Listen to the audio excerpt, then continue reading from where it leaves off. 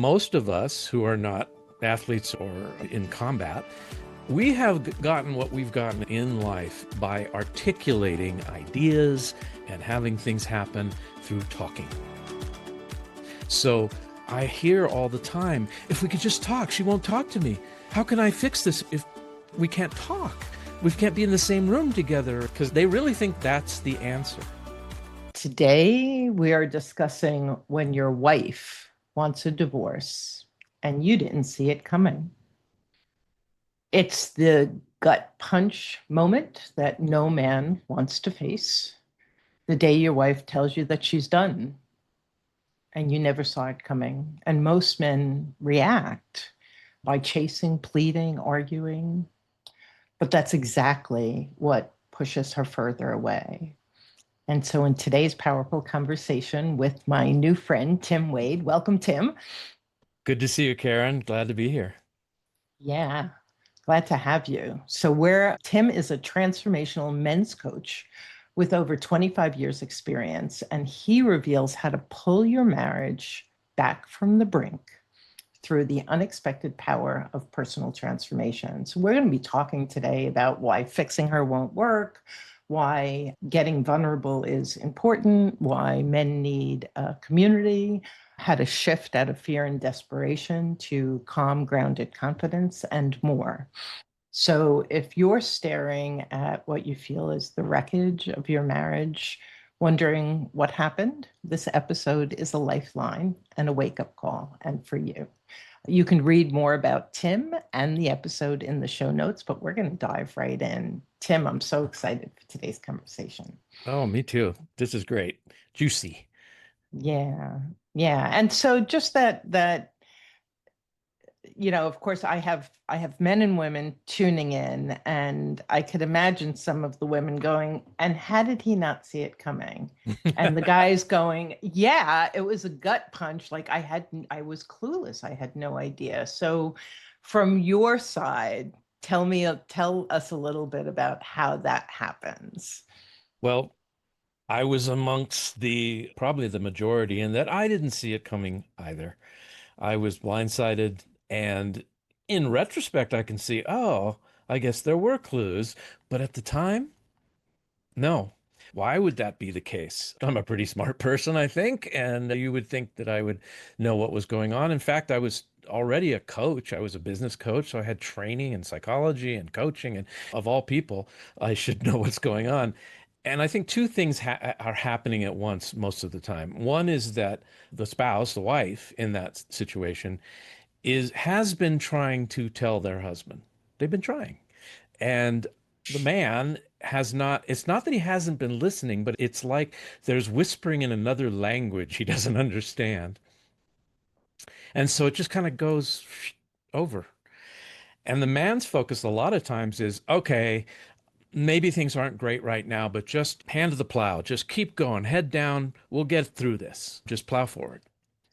And so it's not so much that the men are obtuse or they're willfully not paying attention. They're just paying attention to other things, and they think, okay, well, it'll settle down and these things happen and all of that. And many of my clients are in midlife and beyond. So they're thinking, we've been married for 25 years and things change, and sometimes you go through rough passages and all that, right? I also think there's some wishful thinking in there, as well. And then I have to point to the fact that underneath all of that, most of the men that I talked to, and this was my story too, I was restless, discontent, not particularly happy. I didn't want to admit that. I didn't want to look at it because it seemed to make me more unhappy, but it was there. So on one hand, when she sat me down and said, I'm done, and she literally sat me down, Tim, we need to talk. And I felt this fear inside me well up. Mm. It was somewhere between what's wrong and another part that said, I'm in big trouble. Yeah, yeah. Right. And she looked at me and she said, I don't want to go forward with this. I don't want this marriage. I don't want it at all.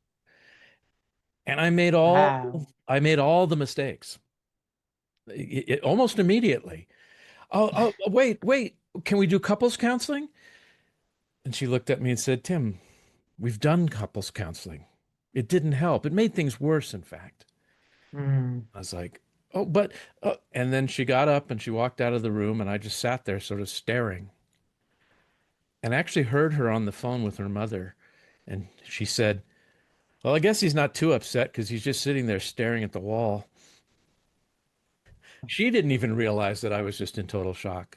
She was thinking, well, of course you knew this was coming, and now you're just hoping it's not going to happen. Yeah, I think so many of the wives like, how is it even possible? Like that was me. I was like, how is it even possible?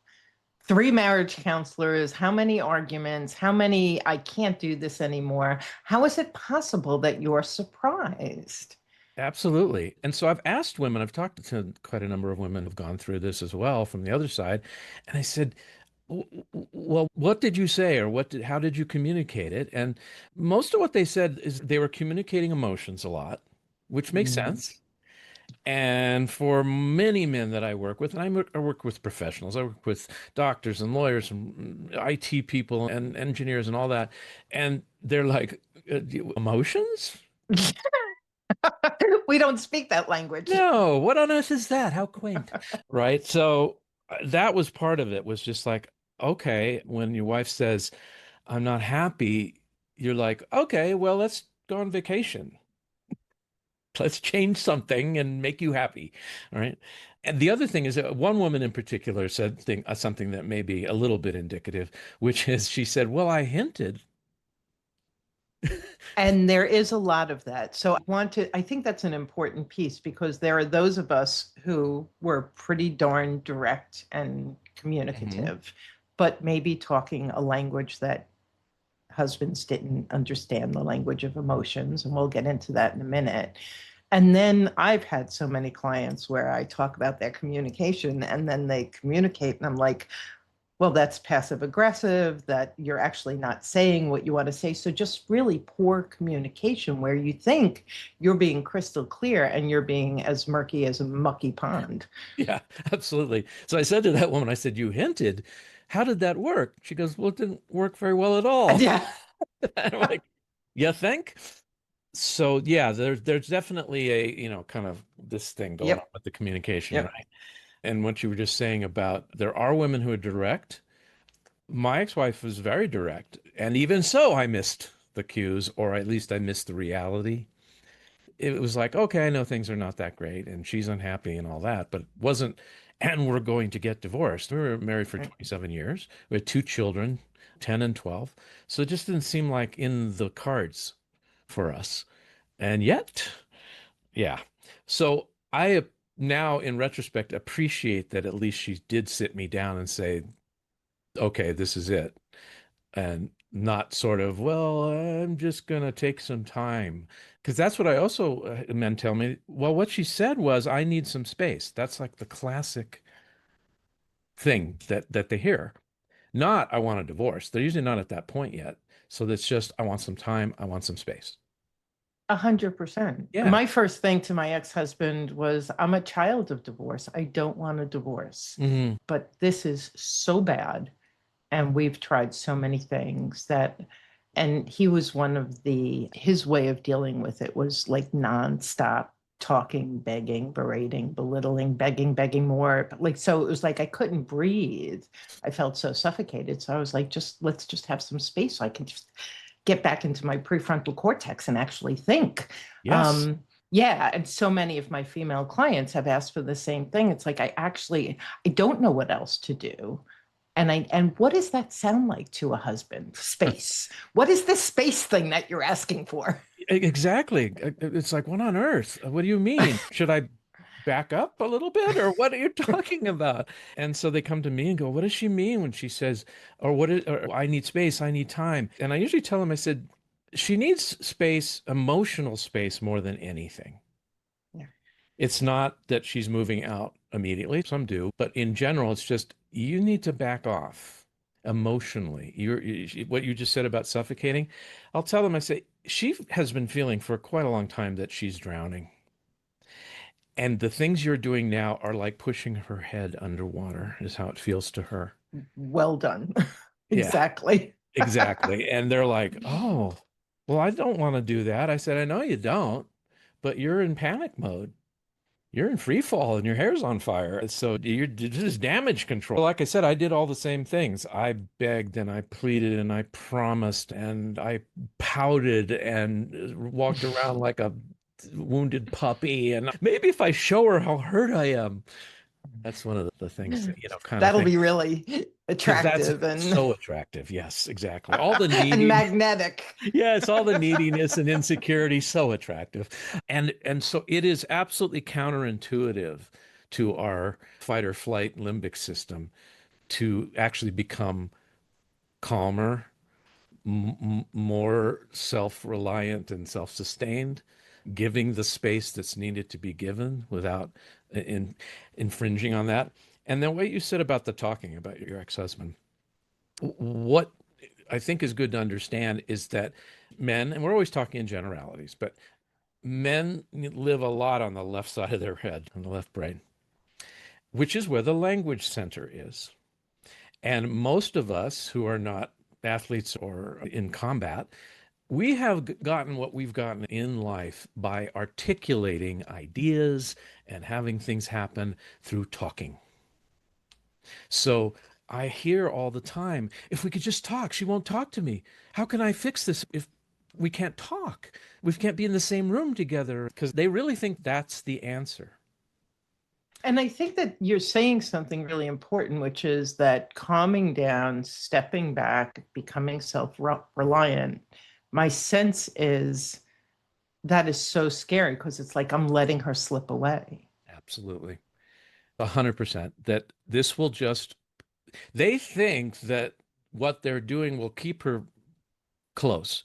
And it does the opposite, as you said in your intro. It pushes further, further and further.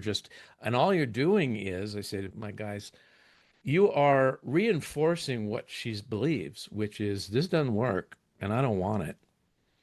And so it is a huge mindset shift for them to realize that slow is fast and that you if you slow down that is more smooth.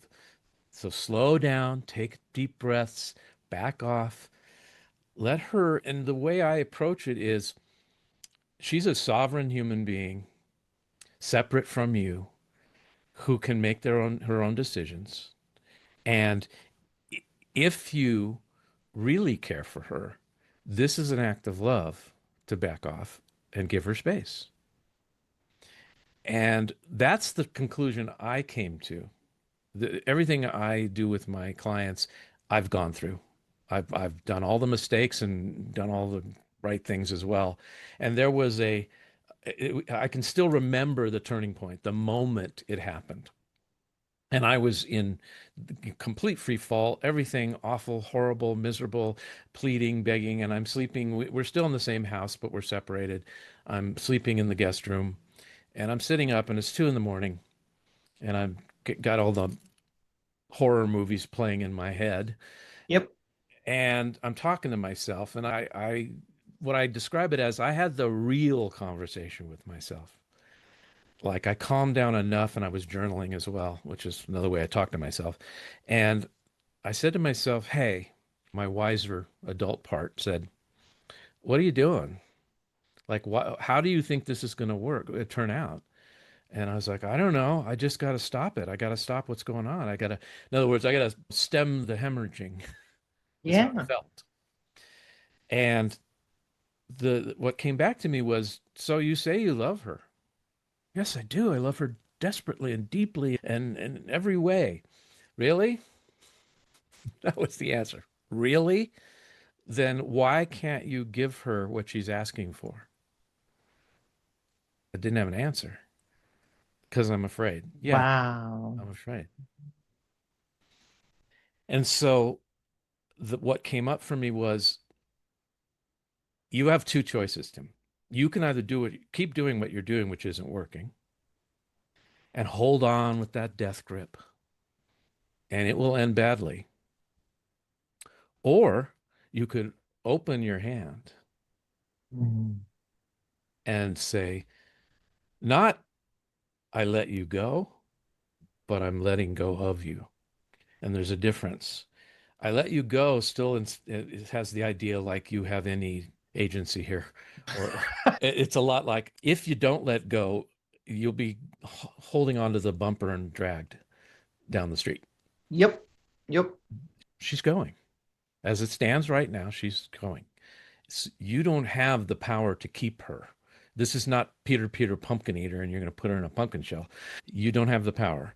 What you do have is to release the pressure by saying, I'm going to let go of her, my death grip. You can do that. And she'll feel it. She will feel it. Doesn't mean she's going to turn around and go, oh, wow, this is all great. But it'll be better for you and it'll be better for her. And if you can't bring yourself to do that, and it takes time, they can't do it immediately. It's like prying their fingers off like A that, hundred right? percent.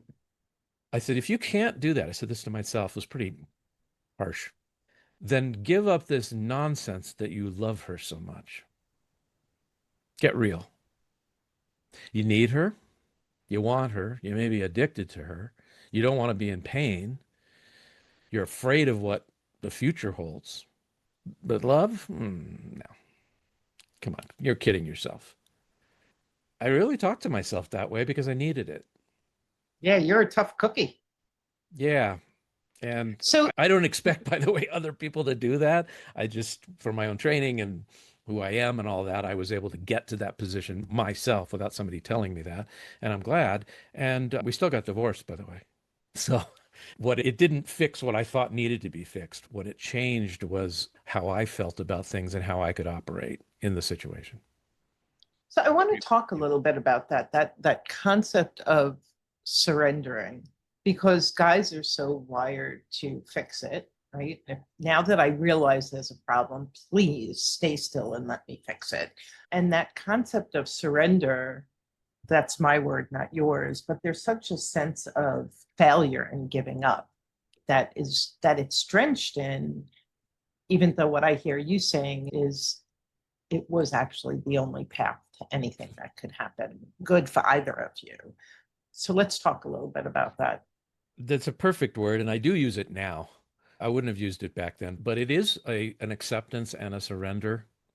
And boy, is that an awful word for most men, right? Never give up, never surrender. Right. That's the battle charge. That's the no, you can make it happen by just bootstrapping and pushing through and never quitting and die trying. And I get it. I was willing to go to the mat all the way. And so it was very, very difficult to not see it as a failure and the shame that comes up from failure that most of us guys were raised on.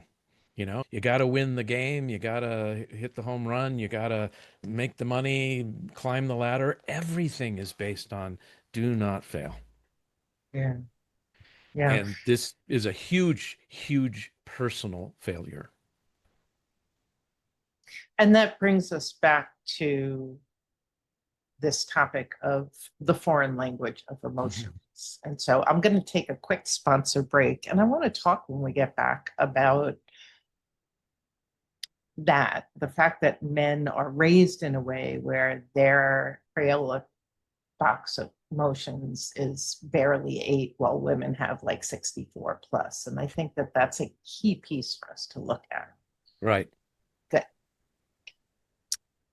So let's talk about the foreign language of emotions. And here, your wife just told you're white knuckling it, you're trying to control what's not in your control. And if ever there were a storm of emotions going on, this is one of the greatest transitions. But if you were raised in a way, unlike girls, right? Boys are raised so differently. Let's talk about the impact of how boys are raised, the impact that has on their experience and ability to articulate and process emotions. Right. Well, first of all, when I was a young man, I really believed that I had two emotions, and both of them were anger. That's pretty much my experience. Or I could be stoked at it. You go to a football game and you paint half your face blue or whatever, and that's we're allowed to do that. Stoked and angry. Stoked and angry. Yes. Sounds like a law firm. And my father, a lovely, wonderful man who was very demonstrative in his love and his understanding, but he didn't get emotions either. Because you know what? His father didn't teach him, and his father's father didn't teach him, and on back. And so when I was feeling down or low when I was a kid, he would say, "Oh, that's too bad. Maybe you can just snap out of it." That was very helpful. Yeah, that was, and guess what? I learned how to snap out of it. I learned, And the impact of that. I mean, this is what, Tim, as I'm learning more and more about like just the men's perspective, the impact of being raised to snap out of it, have a stiff upper lip, pull yourself up by the bootstraps, don't show any feelings, certainly don't show any vulnerable feelings. Like oh yeah, I just recently watched the documentary, The Mask I Wear. I think it's about, oh so my good, God, so good. Yeah. heartbreaking. By the way, folks, that's in the show notes. I'm going to drop that in the show notes for you. And can you just describe what that is from your understanding? And then let's stay Yeah. on this topic. The fact that boys, young boys, are not allowed to show vulnerable emotions, big boys don't cry, all of that idea, and that you got to be tough and you got to take it, and all of that has been so detrimental. And the idea that, and thank God for someone like Brene Brown, who has finally brought to the conversation, vulnerability is one of the strongest, most courageous things you can do. It is not weakness. Right. It's not at all. And that vulnerability and what I did in my when I was faced with divorce, which was complete insecurity and becoming a little boy, that's not vulnerability necessarily. In fact, if anything, my blubbering and everything I was doing was more of a manipulation. So I was trying to express what I was feeling, but I didn't know how to do it as in a healthy adult way at all. And I had, if there's emotional intelligence, which there is, I was a dunce. And saying that, I was probably more in touch with my emotions than a lot of men because I started out as an actor. So at least I knew how to pretend to have emotions, right? I And knew you were a coach. And so here you yeah, have this skill set and still, and I want to stay on this because I think that most of us women, I was raised with a single mom and two sisters. So there was no male energy. And as I stepped into the life of coaching and working with men and just seeing how hamstrung it's all over the place, this is like an epidemic of not knowing how to feel and how to articulate and how to process emotions. So you go through your whole life like, suck it up and all of this. And then your wife is like, why won't you talk about your feelings? yeah, So you want it's to talk, but not about that, right? Oh, for sure. And just to give you an idea of how remedial we can be in when I do my retreats or with my clients, I give them a sheet of a cheat emotional sheet. words because if you ask a man how he feels, he'll say fine. Or as someone once said, if a man look, you say, how do you feel? And he looks inside, he doesn't see anything. He doesn't have yet the right glasses to see and know what he feels. It's not just, oh, I feel it and I push it down. Sometimes that's the case. But it's literally, I will ask a client before we learn how to recognize emotions. And it's like, how do you feel? I'm good. Okay, fine. But how do you feel? And guess what? I'll get a story. Today I was at work and this guy came up to me and he said this and that, and then it went sideways. And this, I was like, okay, that's a good story. So how do you feel? Well, I feel like he's an idiot. Okay, that's a thought. Now, how do you feel? And it's not surprising to me because I get it. So I'm very patient with. That's okay. How would you know? This is like me saying, here's a Greek word. What do you think it means? So Yeah. it is important at any age. It's never too late, in my opinion. Started to really lean into this knowing 9 years ago. And I'm going to be 67 in 2 weeks. So it's never too late, in my opinion, to learn more and discover more about yourself. The journey that I take men on is one of self-discovery. It is not one of how do I convince her this, that, and the other thing. It's how do I know myself enough to be able to communicate better? Like I said, this is how I feel, and how to show up in a way that isn't destructive and scary. And so if a man's only understanding of emotions are the hard ones, the anger, the aggressiveness, or whatever, the passive aggressiveness too, as well. Boy, has he got almost no tools in his tool belt. Right. When he starts to learn that, though, it's a different ballgame, mostly for himself. And I can't reiterate this enough that the only way through this is through doing your own work on you. Over and over again, I have It's, to say, you can't change her. yeah. Yeah. You don't And have, yet, yeah, go ahead. crashing into a spouse who wants a divorce, while so jolting and devastating and overwhelming, it's also this incredible invitation to reinvent yourself and Yeah. to recalibrate. And I know that's so much of what you do. And that's what you're saying. Like, you start with, okay, you clearly don't know how you feel or how to articulate it. And you take your men through a process which may lead to reconciliation, but either way leads to something for them. Let's talk about that. Yeah. The first thing that I ask them to accept, very, very, very first thing, is no matter what happens, you're going to be okay. And two things happen. On one hand, they really can't believe that from where they're at when they start with me. Yeah. And they also, though, have this sense of like, what if he's right? Mm, Nobody has said that to me at all. Nobody has, and especially to have another man, eye to eye, whether it's on Zoom or face to face, say, you know what? I've been there, I've been through it, and you're going to be okay. You may not feel that way right now, but you will be. You will live through this. And I can almost see the exhale that happens. yeah. I have to say it usually over and over again. And it's a process, but the process begins there that you will get through this and I will help you. And then we start looking at what is your side of the street here? And the next step is you need to stop focusing on her. That's got to be a hard one. That's got to be like ungluing super glue. Oh, yeah. It's as if it's like, oh, would you like me to lean into a punch while you're at it and drive off the road? It sounds like the most worst thing to do. If I'm Yeah. not thinking about her, I'm somehow not doing my job, or if I'm not worrying about it, right?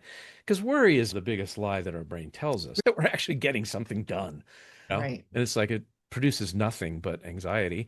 So the next thing is I say, every time you think, what is she doing? I want you to pivot and say, what am I doing? Every time you think, what's she feeling? Think to yourself, what am I feeling? And that just is a moment to moment practice over and over again. And it's not selfish, it's self care, actually. And I've heard women say, yeah, he became a little boy and I didn't want a third child. 100%. So we talk a lot about that, about the little boy part of us Yeah. and why he's so afraid and he feels so abandoned and hurt. And that the way to deal with that is to reparent him, and no one can do it for you. You need to refather him. And so we do that kind of work. That's a little bit next level. But initially, it's just, okay, we're going to learn how to breathe. to calm our nervous system. We're going to learn how to shift our focus away from what it is we are focusing on, which is all of the worry, the anxiety, the horror. So that's first. Then we move into, okay, emotional intelligence, mindset. Just most people, I'd think, because I didn't learn this, was do you know that not everything you think is true? Yeah, And right. it's like, I'm sorry, what? It's like, yeah, I tell people all the time it's a dangerous neighborhood up there between your ears. Be very careful. be Be very very careful. careful when you go there. It's like a minefield up there sometimes.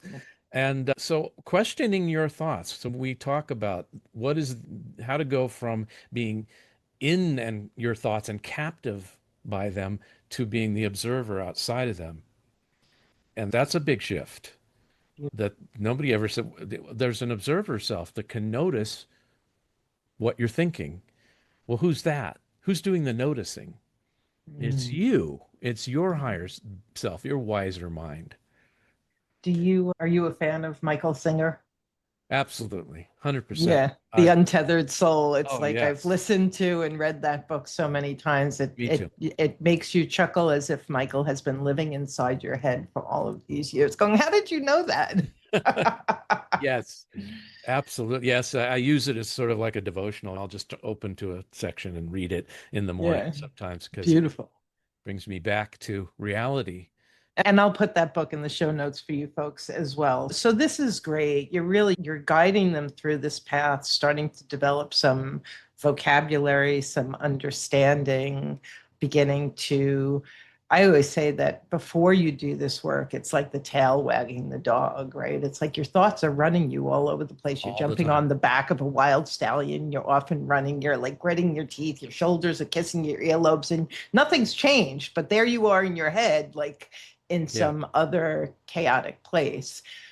What are a couple of more of the steps? And then I would love to hear one or two success stories, Yeah. whether they reconciled or not, just Yeah. success for the individual.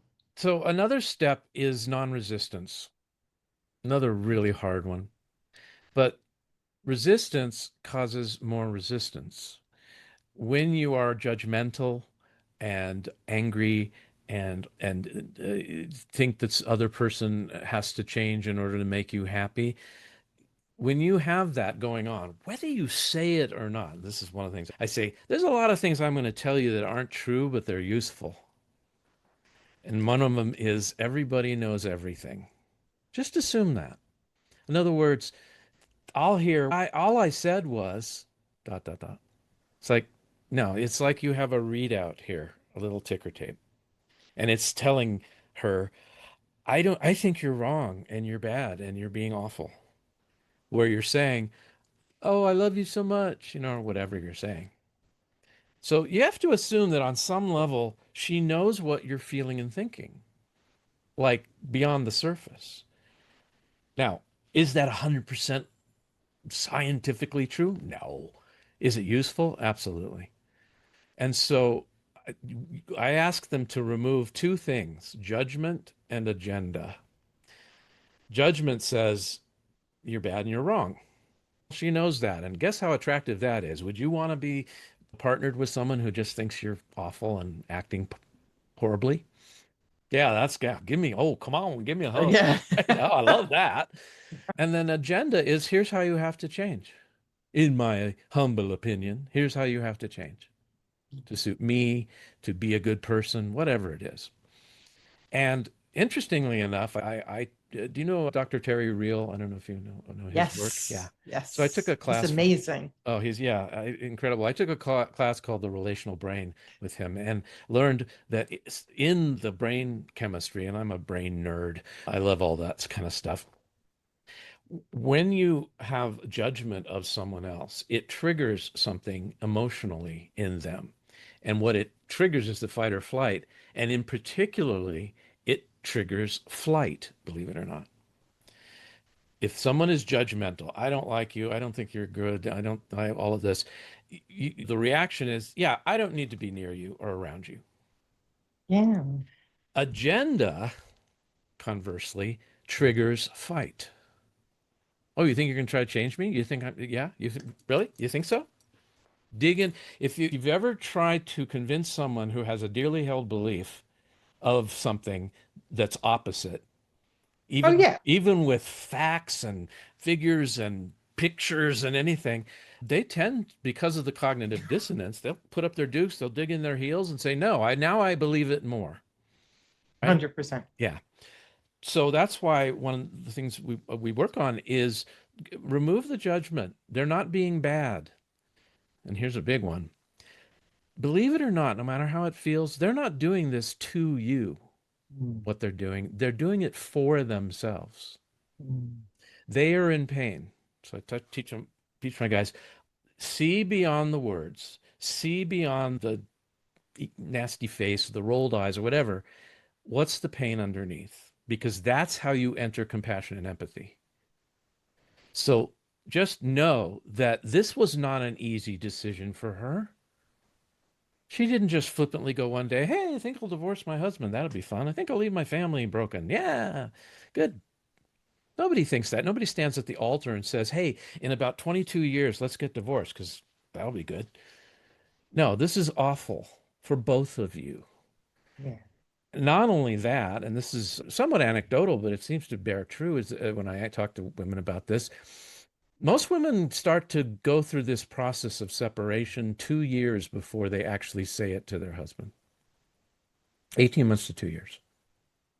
Well, I will say that most human beings who go through this process start early. I Yeah. agree with you. And yet I would say I've got a couple of men who were like, I started 15 years ago. Yes, Um, but they're so rare, believe it or not, because more than 77% of women file for divorce and the men don't know what's going on. Why? 100%. Because they weren't aware 2 years ago that this is where we're headed. They don't see that. Right.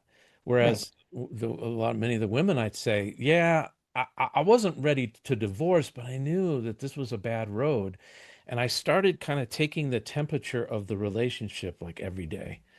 Am I Yeah. happy? Am I not? Am I happy? Am I not? Am I, Well, that just speaks so much to the like one has emotional intelligence and the ability to like hone in on emotions, and the other one. So for the husbands, it's like something started 2 years ago. But if you don't have that skill set, if you don't have that language, if you've got a fix it mindset, yeah. So it makes so much sense. And then that's what it's so interesting because the woman who begins or the person who begins early, you're grieving all of that time. So you also can sound like a cold bitch by the time you're ready to have the statement. But it's like I've been crying myself a river for 2 years. And then if the wife is like, okay, let's go, let's get an attorney, let's do this. And meanwhile, like the guy's like, I just got hit by an 18 wheeler. I can't even get my head up. So all of this is happening in the beginning, which just sets you off on potentially a very high conflict road when it doesn't have to be that way.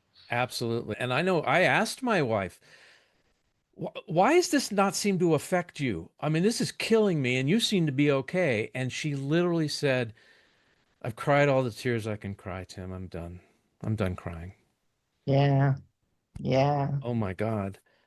Wow.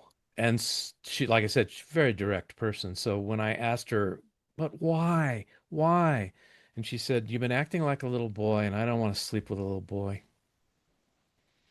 No, she's pretty direct too. Ow. Oh, ow. I can still relive that in Yeah. my head. I can Uh, feel that. so in some ways, I was fortunate that she was that direct because I needed to hear that. She was right. She was right, as Yeah. much as I didn't want to hear it.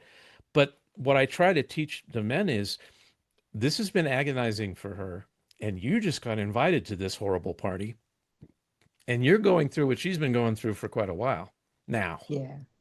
Yeah. as a way of saying, if you can let go of the judgment and agenda and move to compassion and empathy for yourself and for her, then much better, much better. Yeah. But the high conflict divorces you deal with, I run into those all the time. And there, it does seem that there's a point where, like you said, the wife is, I'm done. I'm more than done. I've been done for a while. I've just been trying to figure out how to make it happen and tell you. And now I'm all business. And then, of course, we do a bunch of things that don't make that better, make it worse. Now, it's interesting that it sounds like I might be painting the guys as like the villain here or something like that. But if you only approach things emotionally, you don't have the whole side of this, both sides of the story either. And so that's why the question comes up. Well, if she knew that long ago, well, then why didn't she bring it up and we could have worked on it? Well, we already said she thought she was trying. She thought she was. She didn't know that you weren't hearing it. She didn't know how to talk to you. And that's something that women can learn. Is how do you speak to a man in the way that he can hear it? In a way that in the language he speaks, not the language you speak. And then a lot they're over that time period where they're leading to the point of saying, I'm done. Yeah, there can be resentment building at the same time, which comes out passive aggressively, which makes the situation worse, which then reinforces why she thinks yeah, this isn't going to ever happen. There can be a self-fulfilling prophecy, Oh, and completely. you get whatever you're looking for. And so if you're looking to condemn and judge, jury, and trial your husband, you'll find it. You're going to find all the things that he is absolutely falling down on the job and being awful. And that is human. Like I said, that is a human thing. Is so I believe fully that there are things that we can learn from each other and that the process, whether, reconcile or not, you could go through divorce saying, what could I learn? Now, most people don't do that. They learn in the rearview mirror. It's like I say, 2020 hindsight, right? So you wanted That's, to hear about success stories? yeah, Yeah. I'm glad you asked because it can sound pretty grim. There are two kinds of success stories in my business. One of them is much more common, and that is basically you did end up separating and getting divorced. You were able to do it in a way that didn't cause as much damage or scorched earth as it could have, especially if you have children. You came out the other side and realized I'm not dead. I still have, 15, 20, 30 years sometimes ahead of me. Know now that this path of growth is not only worth it, but I'm going to continue on it. This isn't the end. This is more the beginning than anything. And that's a success. And that is 99% of the men that are in our community, and there are thousands at this point, get to that point where they realize, okay, I thought I wasn't able to save my marriage, but I saved myself. And I think that's a success. hugely, a huge success. Yeah. Because what those husbands learn, especially if they're dads, there's this opportunity to now pay it forward so that your sons don't find yourself in that Yeah. same position. Yeah. Absolutely. And that's what I found is that through this process, I developed a much better relationship with my children, each of them one on one. We have a fantastic relationship, both my son and my daughter. We enjoy spending time together and doing things. My kids are 19 and 21, and my daughter just had her birthday this week, and she's like, I want to do something with you, Dad. What do you want to do? And I'm like, Ah, oh my gotta love God. that. Oh my God. That's just, I feel like, okay, I did something right. And Yeah. Well done, Dad. yeah, so that's a big success. And then if they go on to other relationships, they're not just bringing all the old stuff. A hundred percent. I say, if you don't do this work and you start in another relationship, yeah, hire a moving van because the amount of baggage you have is tremendous. It's huge. And success rate in marriages just goes down. It's like Second marriage, 67% for second, worse. 73% for third. It's Yeah. just like rinsing and repeating in that way is just miserable for Yeah. everybody. And I have to say that, of course, there are those who not only save themselves, but they reconcile. So it's not well, you'll never reconcile. No, they actually do. There's quite a number of guys that figure out a way to have a fresh start and not revive the old marriage. That thing had to be put down. Let's just put that to rest. And instead say, let's create something new. Let's And you create. did that. Can you tell us about your story? I did. Not something I expected would happen, even though I've been doing this for a decade. In my own marriage, we got divorced and How long were you divorced for? 8 years. Okay. And interestingly, about a year ago, so it's pretty fresh, we were starting to spend more and more time together, some with family, some with not. We were just enjoying each other's company. And the truth of the matter is, I have to give her kudos. She did her work too. She really did. And she knew long before I did that there was work to be done because she's been a coach for 25 years. So we're both overly educated in this area, but enough to at least in the process figure out, oh, there's work I have to do. And she said to me, we walked out of the courtroom after the gavel came down. She looked at me and she said, Tim, we went to 6 therapists, 6, and never figured it out. And I said, yeah, I'm sad about that. She goes, yeah, well, maybe, just maybe, this is the seventh therapist. And I said, well, Oh. that's a great book title. And I didn't have a whole lot of confidence in that. She somehow did. She's smarter than me. And she said, I don't know what's going to happen. I have no guarantees. But she said, I'll always love you. And we're going to be co-parents. So let's just try to make it the best we can.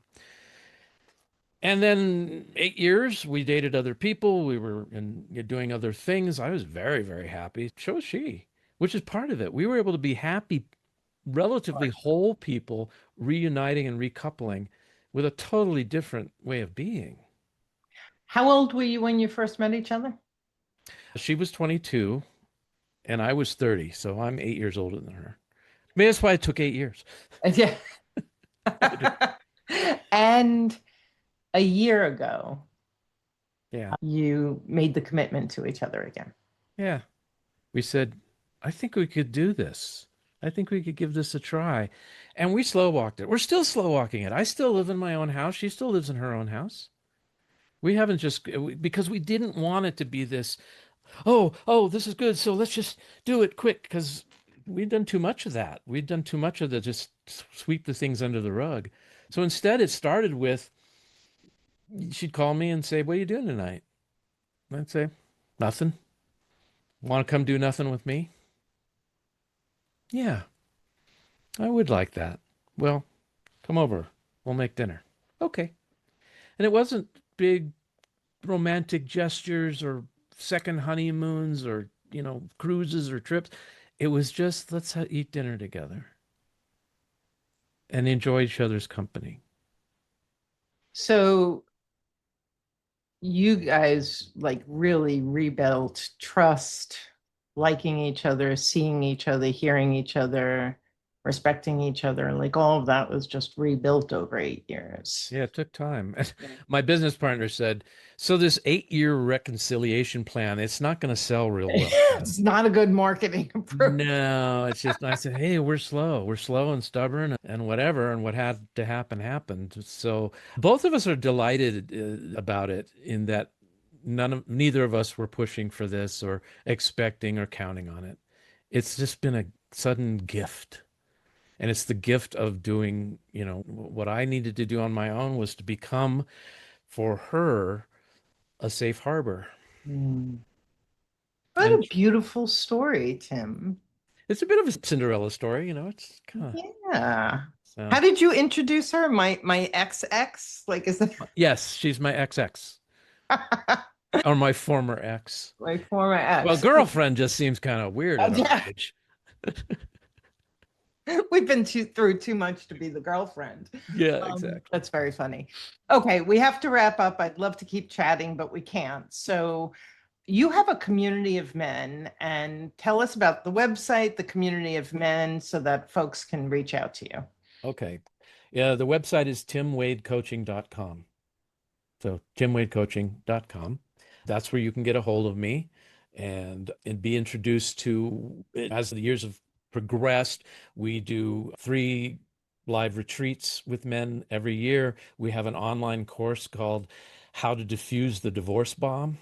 Mm, And that's been very popular. And there is a large community. I think our Facebook group has 900 guys in it at this point, and it's an ongoing thing. It starts with, like we talked about, I'm on my hair's on fire. What do I do? And then guys realize, oh, there's so much more to this.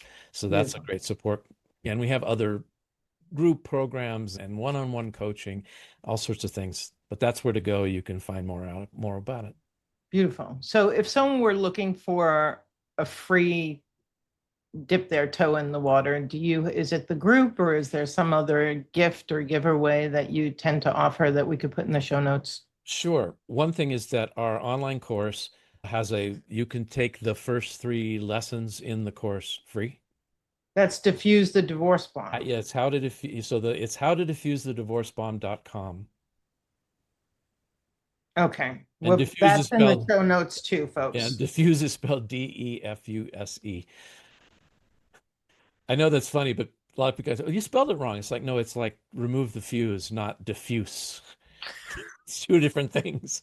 So I sometimes have to spell it. Yeah, and guys, the importance of community cannot be overstated. And so if you've been looking for, so many of my clients and my followers will say, like, do you have a guy that you can just connect me with that I can talk to? So Tim has paid groups, but he has a free group. And so it's yet another opportunity for you to go and be with a tribe that you might never have wanted to be with, but it's the right place for you right now. So please do check that out. You'll also see a freebie on my website. It's an ebook called My Wife Wants Space: What to Do and Say When You Hear This.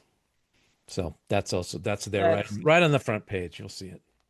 great. Thank you so much for coming and sharing with us. And your story is encouraging and inspiring, your personal story. And then you help so many. So thank you for the healing you're doing in the world, Tim. Thank you for having me here. It's been a pleasure.